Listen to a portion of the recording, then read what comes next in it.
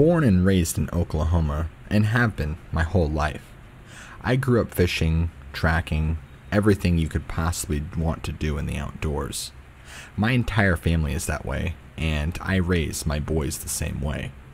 However, I've never been one to believe in all of the silly fairy tales that people spew about Bigfoot and other silly animals that live in the woods and apparently exist. Until one day, me and my oldest son had a strange encounter when we went to go fishing at one of our local creeks we like to frequent. It was a beautiful sunny day in June of '99, and we thought we'd make a good day of it and go pack some food and have a good day fishing, just father and son. Well, we got everything loaded up and got the tackle box and our poles and headed out. The creek we were heading to is roughly about 20 minutes away from our house, since we kind of live a little bit out of town. When we got to the creek, all seemed well and lively. The water was rushing pretty quick. Even though it was June, the stream was still ice cold, which is always great to stick your feet into just after getting there and you've been walking around and it's very hot. This particular spot, it's a pretty typical creek bed, but there is a lot of bushes and brush scattered throughout the area, and I'm talking tall bushes that are like 6 to 7 feet tall. It's definitely not clear and open, so you have to kind of find a nice spot along the riverbank to fish. We found a nice spot to sit down, and we began to unpack our food and get our tackle box and poles all set up.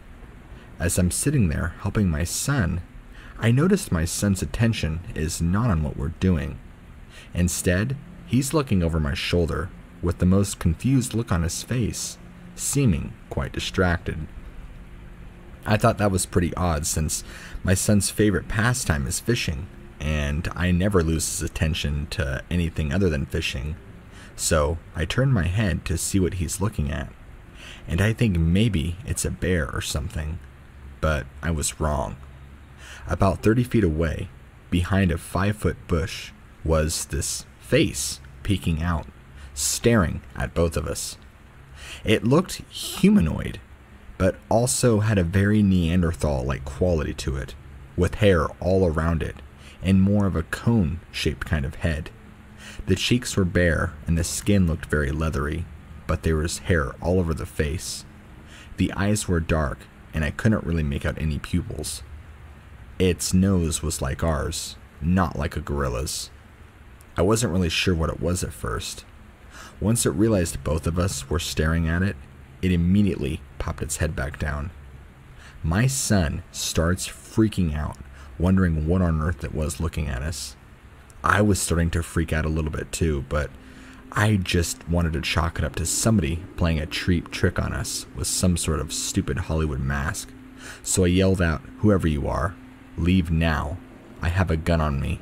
And this thing, faster than I could have ever imagined, bolted out from behind this bush into the woodline about another 70 to 80 feet. Now, I want to remind you that this is total daylight, so we're able to see everything pretty clearly. This thing was about 5 to 6 feet tall and pretty hairy. I mean, I'm talking full black hair. If a black bear could be walking on 2 legs and running like a human could, you would pretty much be nailing it, except for the cone-shaped head and no neck. It didn't really look like it had much of a neck, and its arms swayed back and forth. It was also very barrel body shaped and built like a tank. It never looked back as it ran, and I've never seen anyone or anything run so fast. As soon as it hit the woodline, it disappeared.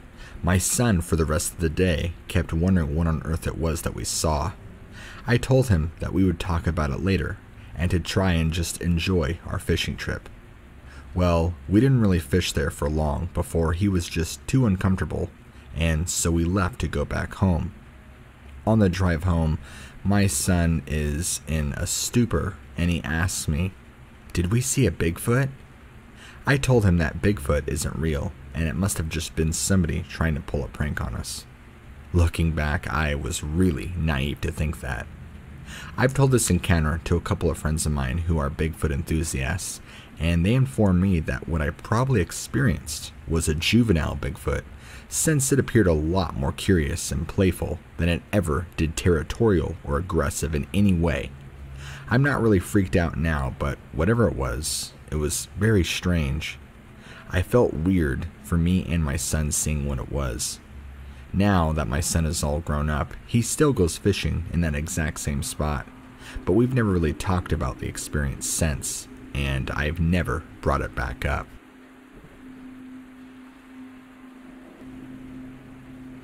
This is a story that my grandfather had told me back from when he was younger. He's had property in his generation for a long time, and him and his father used to hunt on their property out in Texas. As of currently, our family had moved to Minnesota, and that is where we've been currently residing for a long time. We actually don't even visit the old property anymore, and haven't in ages. My grandfather has been hunting since he was just a boy, and so he's a fairly experienced woodsman who doesn't really ever fear much. It still gives me chills to this day to hear this encounter, because my grandfather still gets shaken up every time he recounts it. My grandfather hunted all sorts of game: deer, coyotes, squirrels, you name it. They had a lot of property to work with, so he had a lot of time on his hands to really learn the woods around him and get a good feel for the game in the area. There's even wild turkey that would run around there from time to time, so there was plenty to hunt all season long.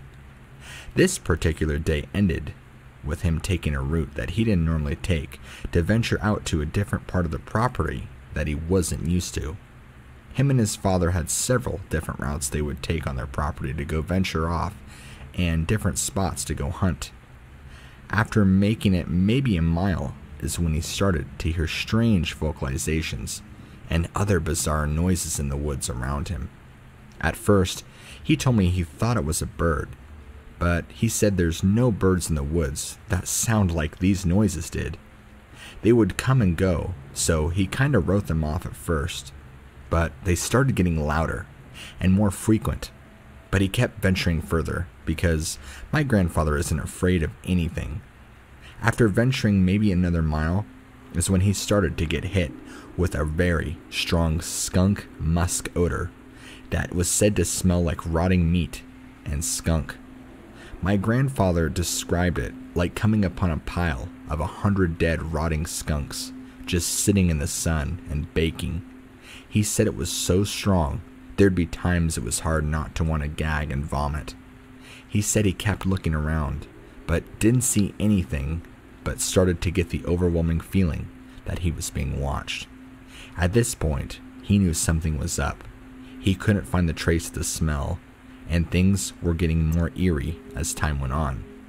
He also told me that as he ventured around the area, there were times where he would run into stuff that didn't quite look right, like markers that weren't quite man-made, is what he said.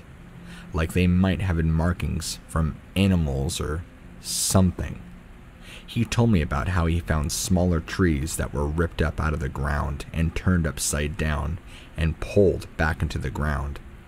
What's scary is this is back in the 1940s, and their property was pretty large, as well as being private, so nobody was going to be hanging out on their property doing anything like this. And if so, who's going to rip up all these small trees out of the ground? And who's going to have enough strength to drive them back into the ground? This was really unsettling. My grandfather also believes he stumbled upon a small den of whatever it was he was smelling.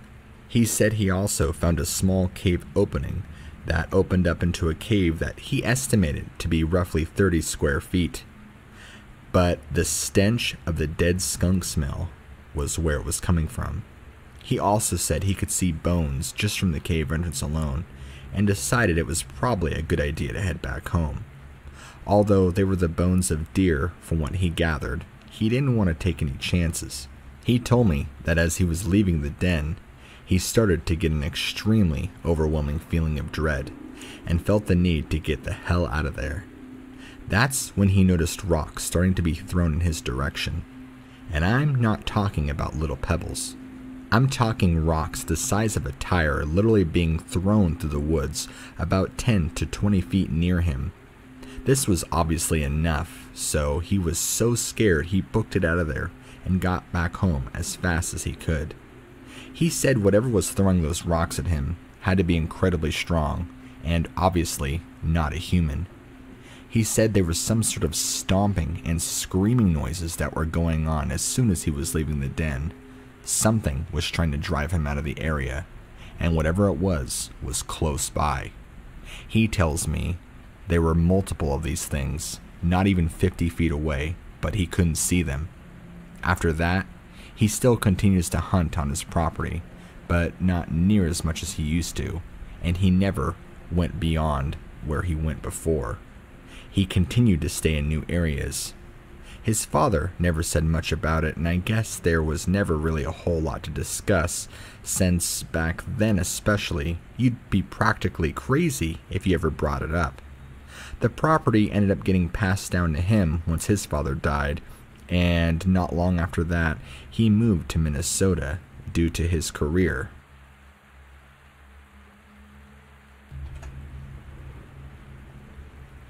My fiance and I love camping and always do stuff in the outdoors. We're usually pretty avid hikers and explorers. We've gone through many different trails, hikes, and many adventures out in the woods. I've never noticed anything out of the ordinary or even out of place, although I am a firm believer in the paranormal and Bigfoot, and other weird occurrences that do happen, although I've never really experienced them until this particular event that I'm about to talk to you about. Me and my fiance decided to camp at one of our favorite lakes, Lake Dewey in Michigan. We've camped here several times before and have always had a great experience, so this time would be no different, or so we thought. It was later September, and I remember because it was still pretty warm, but the cold crisp in the air of fall had not yet set in. We had a pretty typical fun day on the lake. We hung out, we hiked, we hung out in our tent before going back out and hiking again, and then coming back for dinner to relax for the evening.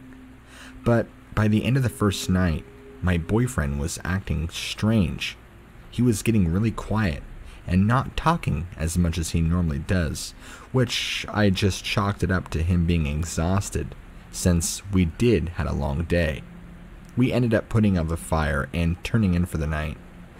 I noticed he seemed on edge and had a rough time falling asleep, but he didn't mention anything, even when I asked him if he was okay. I sacked right out and woke up the next morning no problems, feeling well rested and ready to take on the next day. Him, not so much. He didn't look so good and seemed like he was still on edge from yesterday.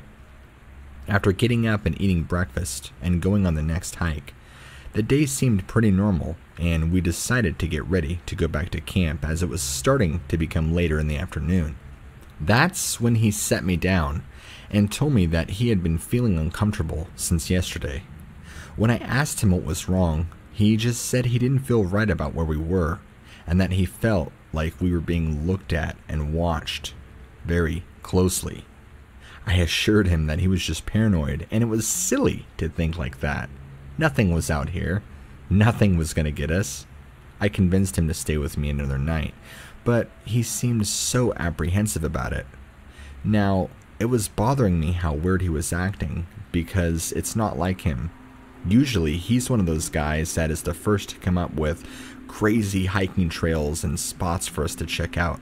He was always the first one of us to want to explore dangerous territory and stuff that were never meant to be explored. This night was a little calmer, and I feel like we both checked in a little earlier than normal. I ended up staying up and dinking around on my cell phone while my boyfriend just lay there trying to fall asleep. The evening had been pretty dead. We hadn't really talked a whole lot after heading back to camp. It was just kind of blah. After he sat me down and told me what he did earlier, I had been kind of on edge, but just tried to play it off. It was pretty late at night if I remember right, I want to say my phone said something like 11:32, and this is where we started to hear footsteps go through our campsite. And I mean heavy footsteps. And then the breathing started. I started to feel really uneasy, and I just kept hearing a thud for every step that was taken. I started to panic because I wasn't sure if this was a bear we were dealing with or someone who was trying to hurt us. I looked over to my boyfriend and asked him if he heard what I was hearing, and he was already as white as a ghost and nodded right at me. I sat there scared, looking at the door of my tent, trying to listen for any sound I could. The sound had ceased for a while, and all I heard was the night air. The stomping would stop for a couple of moments, and then it would resume. Whatever it was stomping around in circles around our tent, but it wasn't really getting into any of our stuff like a bear would. It's like it was casing our tent or something. It made me feel so nervous. Whatever it was kept getting really close to the tent, and we could hear it breathing heavily. It must have been huge because it sounded like it was a 10-foot tall man. Either that, or it was a bison on 2 legs walking around our campsite. For the next few hours, this would go on and off until roughly 3 or 4 in the morning, and we could finally fall asleep. We didn't even notice the noises stopping, and the feeling of dread went away. I think my boyfriend and I fell asleep from just sheer exhaustion and panic. We still do not talk about it to this day, and when we got up the next morning, we didn't even speak. We just booked it out of there and packed up as quickly as we could. Could it have been a Bigfoot from what we saw or heard? Probably. Could it have been someone rummaging through our camp? I don't know. Whatever it was, I don't think I'll ever go back to that lake. Story 5. Fitch Camp was a fun year-end activity for the students of Dawagayak school system. The students would get a break from traditional classes to partake in a more outdoor environment. The parents and students alike enjoyed the Fitch Camp experience as it was a fun way for the kids to participate together in the unique Southwest Michigan geography. Situated amongst the sister lakes, the children were able to engage in a serene environment. After some outdoor races, a group of the kids went to the makeshift archery range. After the exercise, the students were to go directly to the diner at the mess hall.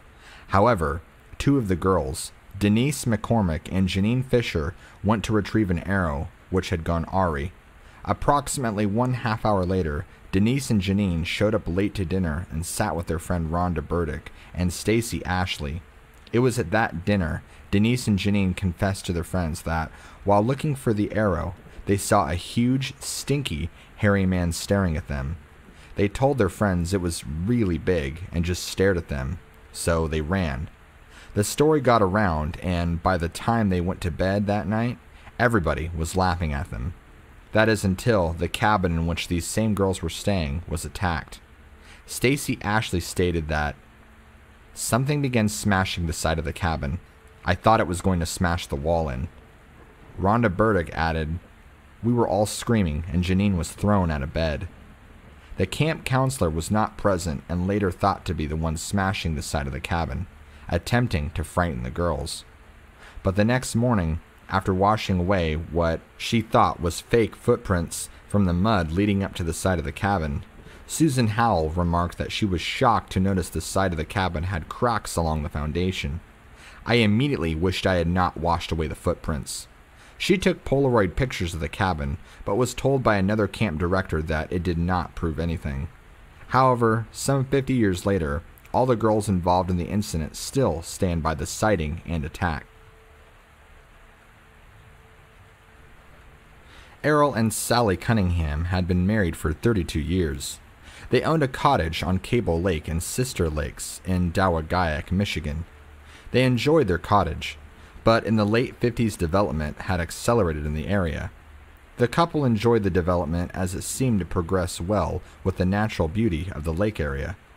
On an early Friday evening in mid-July, they had driven up to their cottage and settled in for a week-long stay. Miss Cunningham had walked out to the backyard overlooking the lake and took in the early evening. She then saw something on the far shore of Cable Lake. Her husband came out and stood beside her. They reportedly noticed an animal on the far shore.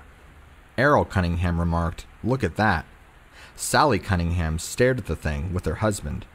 We were transfixed, mesmerized. We did not know what it was. It was a wild life, but we could not really make out what it was for the distance in the weeds. Sally Cunningham stated, "Then it stood up. She recalled the thing stared as though it were looking at us. She continued, I don't know what it was. I don't know what was more frightening, seeing that giant animal stand like a man, or the fact that the thing seemed to be looking at us." Errol Cunningham told the Chicago Sun-Times that, "I think we were only curious until it took a step into the lake toward us. Then it was walking into the lake toward us. I got scared and took Sally inside." Mr. Cunningham recalled that inside the house, they began to discuss what they had seen and what they should do about it. Errol told his wife he did not want to call the sheriff over something they thought had been seen and decided to attribute it to the local teenagers playing a prank. Sally and Errol then went to have drinks on their rear porch to relax, but it turned horribly bad when, instead of watching a sunset, they noticed bubbles trailing toward their beach below. It was at this point Errol and Sally went back inside to call the police and to report an oddity. Sally and Errol were consumed in choosing their words to the police as to not seem paranoid. However, as the sun began to set on the lake, Errol recalled, "Sally gasped. I knew something was terribly wrong. She was looking out the beach window. I dropped the phone and ran over and saw it. A large, long-armed thing standing on our beach. It was glistening wet and just staring up at our house." Years later, Sally Cunningham stated, "We ran for the car. Errol backed out and that thing was already standing behind us. Errol drove away, but something was wrong with the car. There was a large bang and scrape, but we kept driving." Sally later claimed that back in Lockport, we stopped to discover the bumper was entirely missing. That thing was some kind of supernatural being. They sold their cottage and never returned after. Initially, neighbors called in to report loud noises, but in follow-up to the Cunninghams refused to discuss the matter. It was only in 1972, after the Cunninghams retired to Florida, did they confess the nature of their departure from southwest Michigan to a former neighbor who still maintained a property there. This was then confirmed by Sheldon Stein doing research on a vacation home circular for Chicago residents. R.J. Lutz drew this picture for his friend Harold Underhill. This is a picture of the animal that Lutz encountered when fishing on a very early morning on June 22, 1963, on the south end of Dewey Lake. Lutz was fishing for perch in the pre-dawn darkness when he noticed a large, triangular shape bobbing on the surface of the remote portion of the lake. He slid up closer to it, believing it might be the head of a large snapping turtle.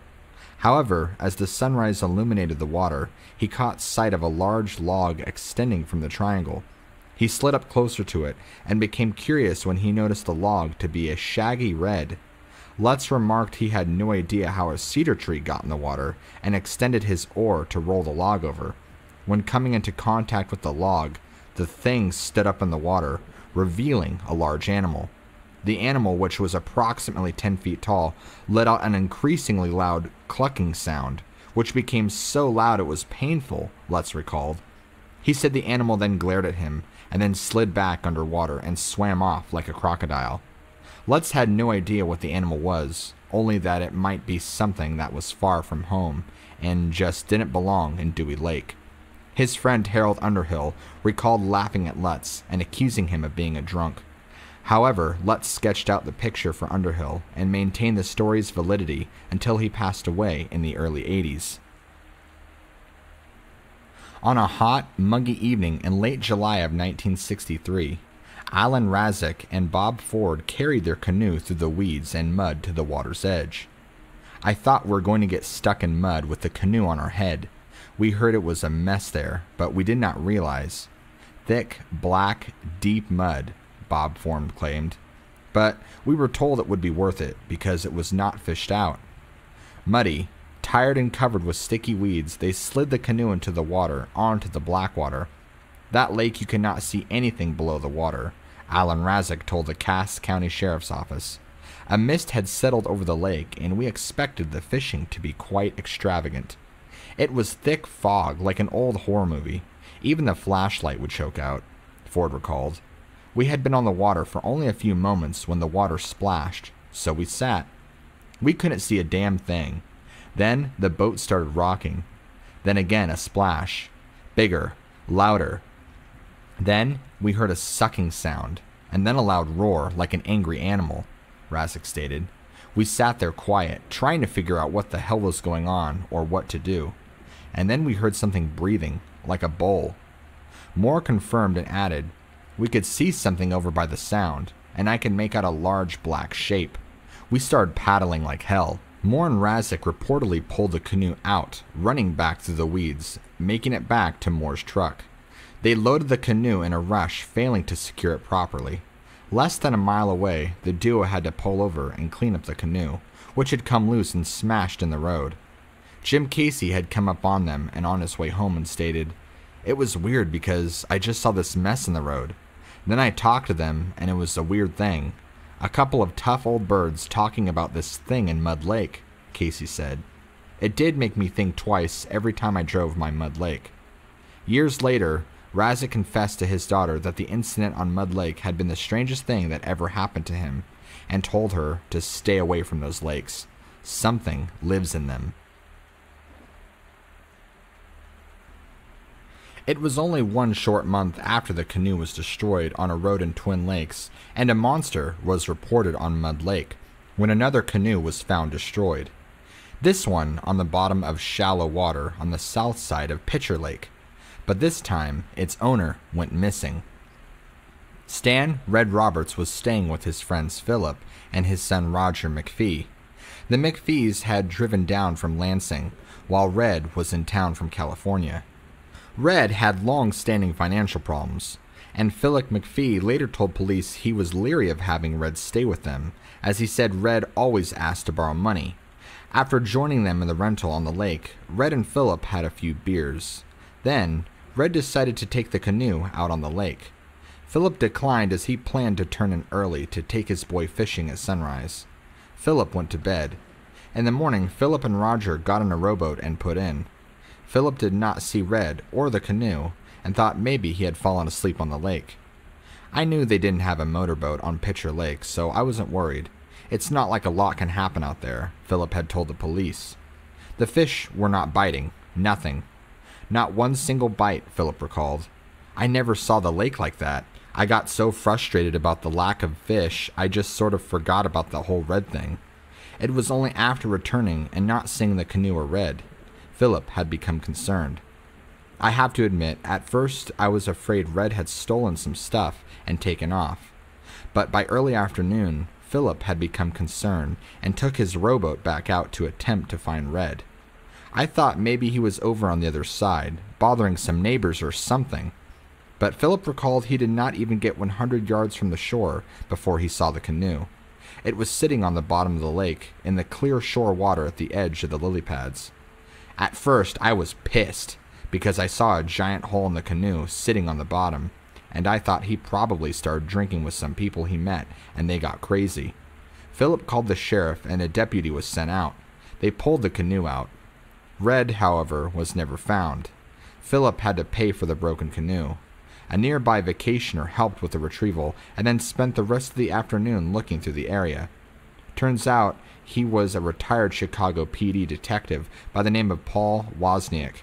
He later showed Philip the pieces of the canoe scattered amongst the dense weeds, mud, and trees. It was hard to get to because the water got thin and the weeds got very thick.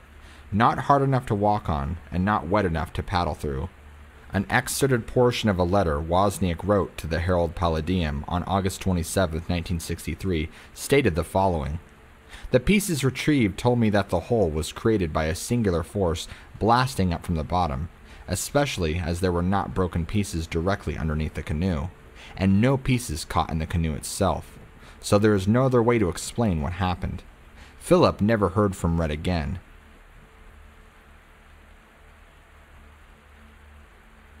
Leon Brosnan and Danny Peterson loved to fish. They heard there was great fishing on Gear Lake. But unfortunately, there was not a public place to put in. Nevertheless, they were able to get permission to path the boat on early Wednesday after school. Leon and Danny were eager to use their new head-on lures. I remember Leon was laughing at me for using a steel leader on my lure, but I told him I did not want to lose it, and he said that's only for sharks, Danny stated. Leon Brosnan stated that they were using a heavy test line, way too heavy for inland lake fishing, but we always had a fantasy about landing a 25-pound bass, so it was a fun thought. I had no idea it would actually be too light. I still can't believe what happened. I can't believe what I saw. And what Leon saw was this. Danny had tossed his line with the steel leader toward the north edge of the quiet lake. The red and white bobber sat unflinching on the still water. I remember we were kind of getting disappointed. We had worked so hard to get on the lake, and we were getting no bites from anything. No bluegill, no perch, nothing, Danny remembered. We had brought bologna sandwiches with Cokes. I turned around to get the food and was talking to Danny. Then, I saw Danny's face change. My pole jerked and then settled back. Leon went crazy. He just kept saying, "Holy crap!" over and over. His eyes were huge.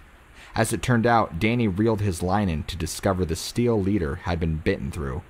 Leon held up the end of the paddle and told me he saw the mouth come over the bobber, about this big. A mouth as big as the boat paddle had bitten through the line and jerked the canoe before breaking the line. It was a giant mouth that came over the top of the bobber. It was covered in hair, and I swear I saw eyes just before it went back under. Leon confessed later to a DNR representative. Then the DNR guy told us later it was probably a garfish. Leon stated, "I have been fishing my whole life. I have seen garfish. That was no garfish." Danny Peterson later stated, "I wish I had been one to see it, but I just could not get over how it bit through that leader. It must have had razor teeth or vice jaws." Elmer Polinick had worked for the National Motors Auto Specialties for well over 20 years before he retired in 1963. He increasingly spent more time in the woods around his house off Griffiths Road in Cassopolis. So, it was of no surprise when neighbors saw him walking through the woods with his green backpack on in the Newton Woods. But it was shocking a short time later when Elmer stopped people from walking toward the Dawagaya Creek. He told the Smith family they needed to call the sheriff. The sheriff was called, and deputies showed up to investigate the reported body found. After investigating the reported discovery, police removed the bones, indicating it was multiple carcasses of deer. However, Elmer Polinick told the police and the witnesses who had gathered that he walked upon a large, red-haired animal weighing as much as a truck, departing the pile of carrion. Elmer said the animal barked at him and then entered the creek walking west. Helen Smith, who spoke with Elmer, stated that she believed what he told them. You cannot fake that kind of reaction. Elmer was a tough guy when he came up the path. He was shaking and sweating. The deputies at the scene reportedly told the witness that the deer carcass would be removed and the woods was open. Nevertheless, the family speaking with Elmer left.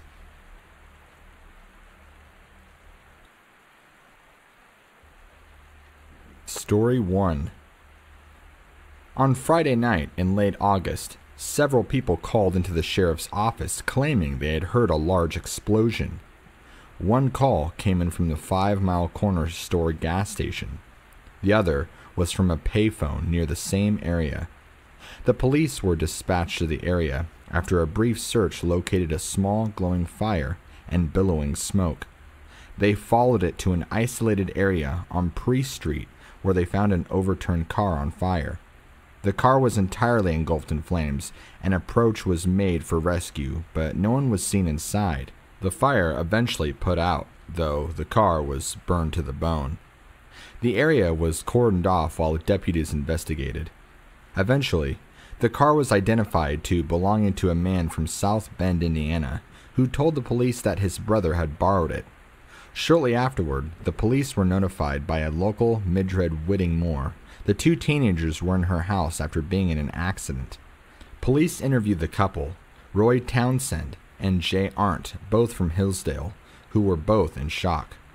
They eventually indicated that they had been sitting in their car for some private time when something attacked it. They indicated the auto was pushed forward and then flipped over. They crawled out as something began smashing the vehicle. Mr. Townsend stated that at first they had been hit by another car, but couldn't understand when it appeared to be a thing. Townsend claimed that it was like a bear, but looked like a giant man, and began smashing the car. Miss Arndt indicated that Townsend initially took off running and left her there, but then found later as she ran along the road back toward the highway. She indicated that she was still very angry with him, but even more scared that this thing would catch up to them. They stumbled up to the random house of Whitney Moore, who was very accommodating. At first, the police were skeptical and believed the teenagers were attempting to cover for wrecking the car. However, one of the multi-jurisdictional officers, Gorley Jones, at the scene noticed the tire drag mark ended at a point just over the lip of the hill. Upon further inspection, Officer Jones documented several important things. First, the skid marks continued over the hill, which indicated that the car's wheels were locked and the car was moving at a constantly slow rate of speed as it continued up the small knoll. Secondly, the tread marks were clear and articulated at the pivot point where the car flipped, indicating it had been lifted as opposed to suddenly going airborne. And third, if the car had flipped over as a result of losing control at high rate of speed, it would have gone airborne at the peak of the hill rather than after descent down the slight incline. At the time, the other officers ridiculed Jones. Additionally, his immediate supervisor rendered his observation as irrelevant and that it would lend no particular change in the outcome of things. Townsend and Arndt did not sustain any remarkable physical injuries, but their parting was not amicable. Officer Jones indicated that the next day, in the light of the sun, he searched the area, and he indicated in his report that the brush and grass going to the woods and lake had been obviously disturbed by something. He also indicated he found no footprints, but added that soil is dense with crabgrass or stone to the waterline. An elephant would not leave footprints there. On a late September evening in 1962, 4 friends from Chicago were returning to the Twin Lakes cottage their parents had rented for the month. They were coming back from Grand Haven, where they had supposedly gone to see the open of a musical fountain.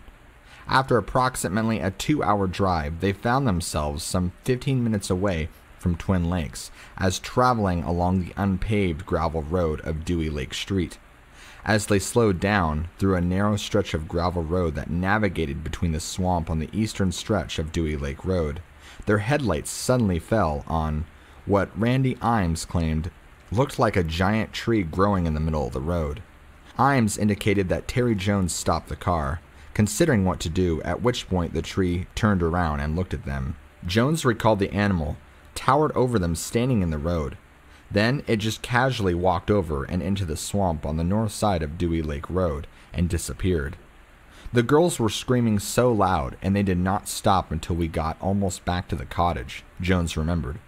I was worried about getting past that thing, so I didn't stop, but I do remember seeing that it just walked into the swamp and into the dark. Randy Imes remembers, I really wanted to go back the next day in the daylight, but I have to admit, I was scared to be caught up on that road again if it did show up. Years later, I did go back when we were up there on vacation. The road was paved by then, but it did not make any difference. That place was scary, even in broad daylight. On a Sunday night in late September of 1962, 5 children were playing in Glenwood, Michigan. They had finished watching their favorite television shows and gathered together searching for a fabled Luna moth. Around 9 p.m., they were about to break up and go home in preparation for school the next day, when Jamie Shaw took off across Dewey Lake Street in pursuit of what he thought were fireflies. His friend Mark Miller reportedly shouted to him, "Those are no fireflies at this time of the year." Nevertheless, Jamie pursued the embers in the distance into the swamp. The remaining friends continued to play for a while. Eventually, Katie Keene's mother began calling to her. It was time to go home. It was then they realized Jamie had never returned. She remembered, "I asked, 'Where's Jamie?' But no one knew where Jamie was. He never came back from his firefly hunt." At first, no one panicked, but then after calling and searching without finding him, we told Mrs. Howie and Mrs. Shaw, Katie stated. Soon afterward, the small neighborhood came out and began searching the area with flashlights. Just as Harry Woods, a local, was about to call the police, they found Jamie. He was curled up in a weeded area beside the swamp crying. Katie Keene remembered. We were scared. We did not know what happened. We thought he had been attacked by someone or was dying or something. Jamie later told a story to his parents. He said he had been attacked by a huge, hairy man who smacked him to the ground and threw him across the street. Jamie Shaw did not go to school for 3 days. When he did, he told his classmates the story of the attack. The school principal later contacted Jamie's father regarding the injuries to his back. Mr. Shaw confirmed to the principal that the scratches on his back were caused from the incident of the previous Sunday night, the same story Jamie had relayed to them. Jamie's teacher, Miss Salee, did say at first she did not believe him. However, after a recess conversation with Jamie, was convinced he was, in fact, attacked by something that threw him around. Salee stated, "I am amazed he was not killed. His bruises were horrendous." On Wednesday evening, October 31st, 1962, Betty Garcon was taking the evening train from Detroit, Michigan, back to her home in Chicago, Illinois. The train had already gotten a late start, and as the train approached the Dowagayak, it slowed to a stop at the remote Dewey Lake Street crossing in Glenwood, Michigan. The train remained there for approximately 15 minutes to investigate debris on the tracks. While looking out the window, northwest, into the darkness, Miss Garcon reportedly witnessed what appeared to be a faceless tree or giant stump stepping forward from the thick surrounding woods, approaching the tracks. The figure then simply leered at the train motionless for several minutes. Miss Garcon summoned the attention of 2 other passengers, Emily Clark from Chicago and Roger Wentworth from St. Louis, who confirmed the sighting. After a moment, the figure began moving from the tree line toward the caboose of the train, which sat in the darkness on the rural tracks. The consensus was that the figure was about 10 feet tall and weighing between 700 to 1,000 pounds. The hulk then disappeared into the darkness toward the rear of the train. A porter was called. However, at that point, the train once again began moving. A loud metal impact was heard toward the rear of the train and presumed to be the result of a cold start on the rural tracks. The train continued until its eventual stop in Chicago without no further incident. However, after arrival at Union Station, Chicago, departing passengers were drawn to a considerable dent in the end car of the train. Miss Garcon reported what she had seen, along with the 2 other witnesses, to the Chicago PD. The rendering of her description as detailed to the CPD sketch artist has become known as the Garcon train sighting sketch, and is widely considered to be the best conception of the monster. The sketch provided as contingency while immediacy of a potential emergency was evaluated. After the initial statements were taken, sketch completed, and situation considered, it was dismissed and referred outside the department. The 1960s were an extremely turbulent time in Chicago, and Miss Garcon reported that the CPD did not take her too seriously. She stated that they informed her that she would need to file a report with the respective city and county or state, as the incident took place outside of their jurisdiction and would not warrant federal involvement. They informed her that they were overwhelmed with real crimes and did not have time to pursue a joint venture monster sighting in Michigan. The case was never further investigated. Me and my brother Travis have been going out hunting together for as long as I can remember. Back when my pa, God rest his soul, used to take us when we were little, he always told us how impressed he was because of how quickly we were able to catch on and learn about the area around us and things we would notice like tracks, markings, sounds. It was great. We didn't actually start going hunting though with him until we were a little older, around 9 or 10, and we instantly fell in love with it. Our pa passed away from cancer when we were roughly about 17 and 16 respectively, since my little brother is only about a year and a half younger than I, and it just quite hasn't been the same since. So, to honor that, me and my brother make it a ritual to try and go out together every year and hunt and keep it going. The family line depends on it.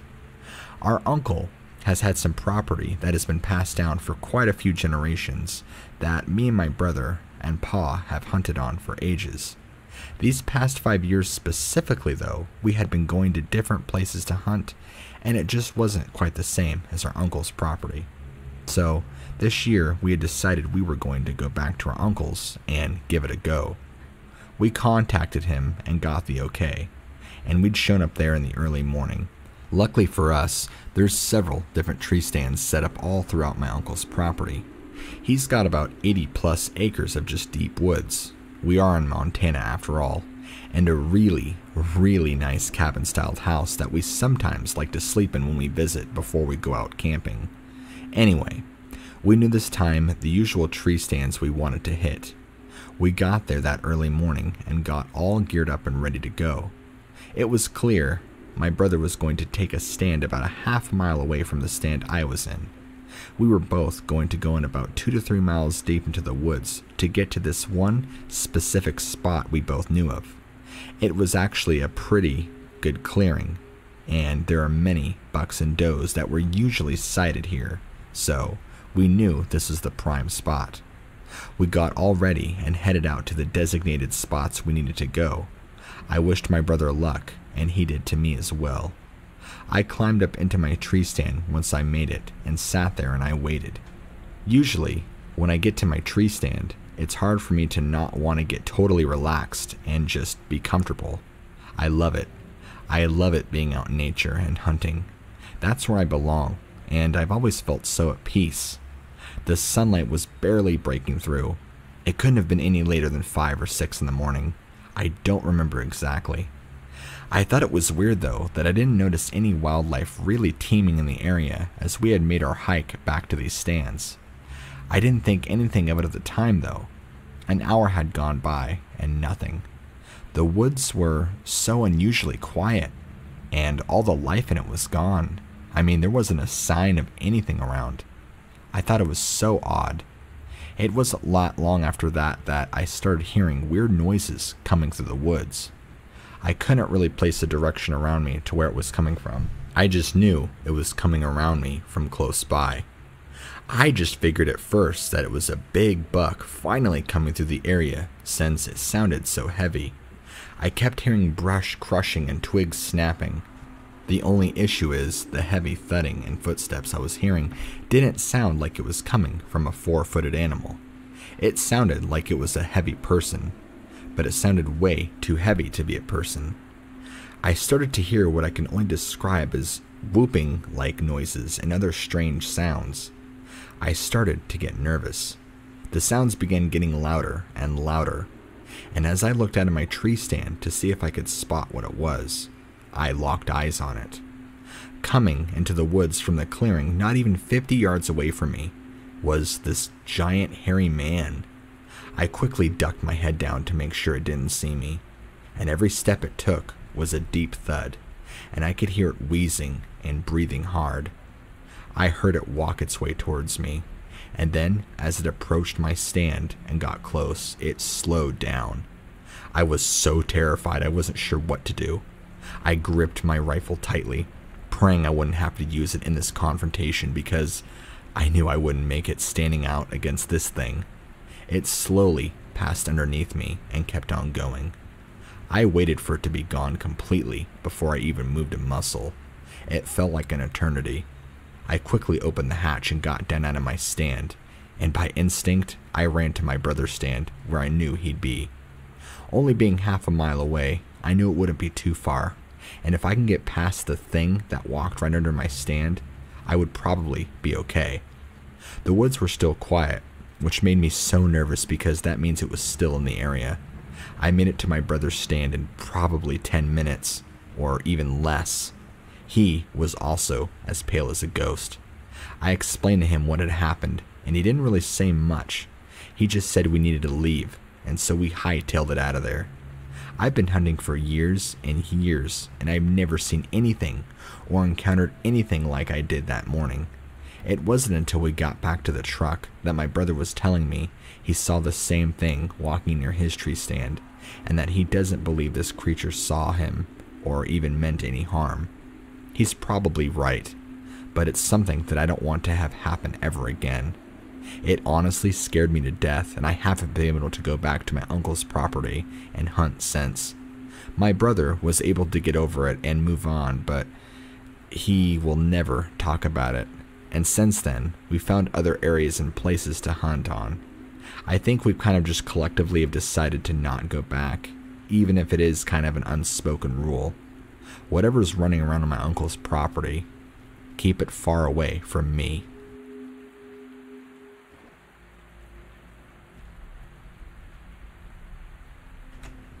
When I was in my early 20s, I loved going out in the wintertime and exploring as much as I could.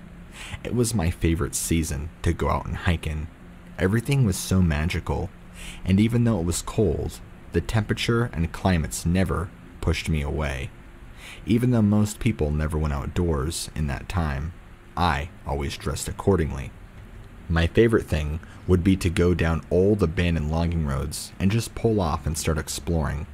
Usually, those are the best parts because so much of those woods around there are untouched. Of course, I like to really go and explore just about every season there is, but winter is just so unique. I'm not really a hunter by trade or a woodsman. I just like to hike and explore. But I do have many good friends that are avid outdoorsmen and hunters. Now, there's always something to see and explore, no matter really what season you're in. I often take weapons with me, like elephant knives and the such, just in case I would run into a bear or a mountain lion or anything that would put me in a bad situation. In this particular time, as I was exploring the area around, I came across what appeared to be extremely large tracks down by this little frozen river a few miles into the woods. I've always been pretty neutral about the whole Bigfoot phenomena, but this was amazing to witness firsthand. I don't know if really anybody else comes out this way, and if they do, I seriously doubt they're going to bring a fake foot imprint on the ground. This was a dried up old creek bed that looked like it had been not used for a long time, like maybe it had dried up years and years ago, because the footprints looked like they had been old and frozen. I think what really got me was the overall impression of the footprint. You could tell it was set pretty deep into the frozen ground.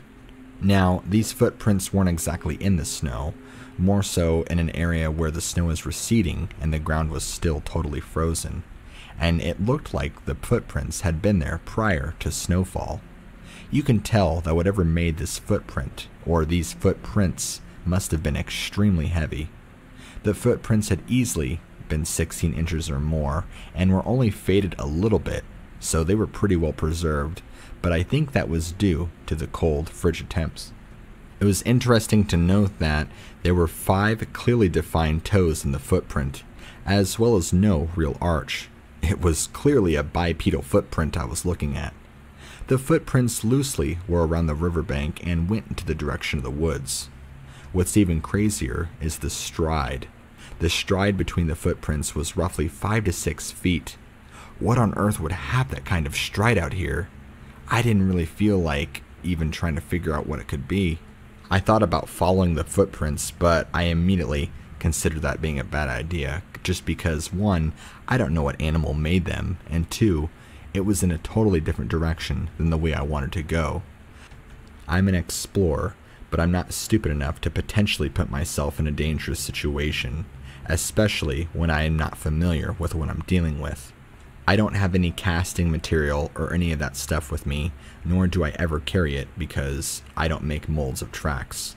This just happened to be tracks that I happened to run into. I ended up going back to my car sometime later, and driving back home I couldn't stop thinking about it. I have a few friends of mine who are close with me that are Bigfoot enthusiasts, so I brought it up with them, and they were ecstatic that I told them about this. Not only did they tell me I ran into Bigfoot footprints, but they also shared with me some of their own hair-raising encounters that they had out in those same woods. You know, at this point, I don't know if Bigfoots really do exist, but I definitely can say that those footprints are pretty unexplainable, and I have no idea what animal made them.